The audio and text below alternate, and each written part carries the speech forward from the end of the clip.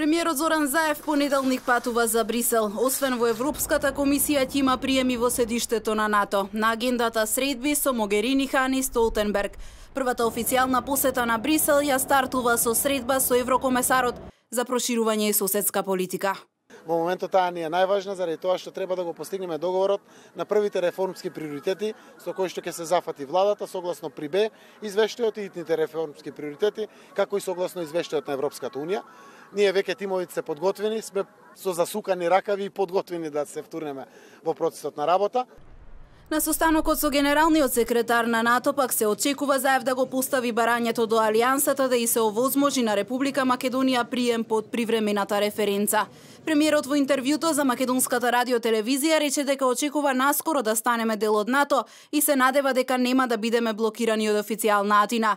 Земјава ги има исполнето условите за членство во НАТО уште во 2008 година, но поради блокадата од Грција, Македонија не беше примена. Во 2011 меѓународниот суд во Хаг пресуди дека Грција ја прекршила времената спогодба со блокирањето на прием на Македонија во НАТО на самитот во Букурешт. 6 години подоцна можноста да бидеме примени под привремената референца, според поранешниот амбасадор Ристо Никовски, нема да се случи. Ќе направат се и веќе прават во подготовките за промена на власта, нова влада и слично, тие прават веќе 2 години, 3, може и 3 години веќе целосни подготовки да Македонија се прекрсти и во таа насока вршат прв пат силен жесток притисок врз Грција да прифати американската формула. Која е таа? Таа формула е прекрстување за во странство со промена на референцата со трајно име со наша согласност. Можноста да бидеме примени со референцата нема да се случи, јас сум тоа длабоко уверен. А дали ќе успеа да не прекрстат, ако сме толку некадерни, мислам тоа ќе се го успеа да случи. Македонија следната година во НАТО, но со ново име. Српски Спутник, повикувајќи се на своји извори од Алијансата, пишува Вашингтон го повикува Скопје да направи отстапки и според се, таму во Скопје подготвени се на такво нешто. НАТО планира да ја прими Македонија како полноправна членка до пролета 2018 година.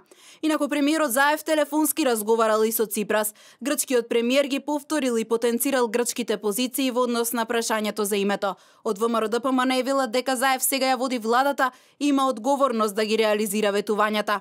Граѓаните од него очекуваат да ја внесе Република Македонија во ЕУ и НАТО без да задира во идентитетските прашања и без да прави штетни договори на грбот на македонскиот народ. Секој ладен туш и секој неуспех на Заев во реализација на ветувањата е ладен туш и неуспех за државата, велат од партијата. Оттаму посочуваат дека владата предводена од ВМРО ДПМН е била првата македонска влада која успеала да ја приближи државата до конечната цел. Владата предводена од ВМРО ДПМН доби целосна препорака за отпочнување на преговори за членство во Европската унија во 2009 година и беше пред портите на НАТО на самитот во 2008 година, се вели во партиското соопштение.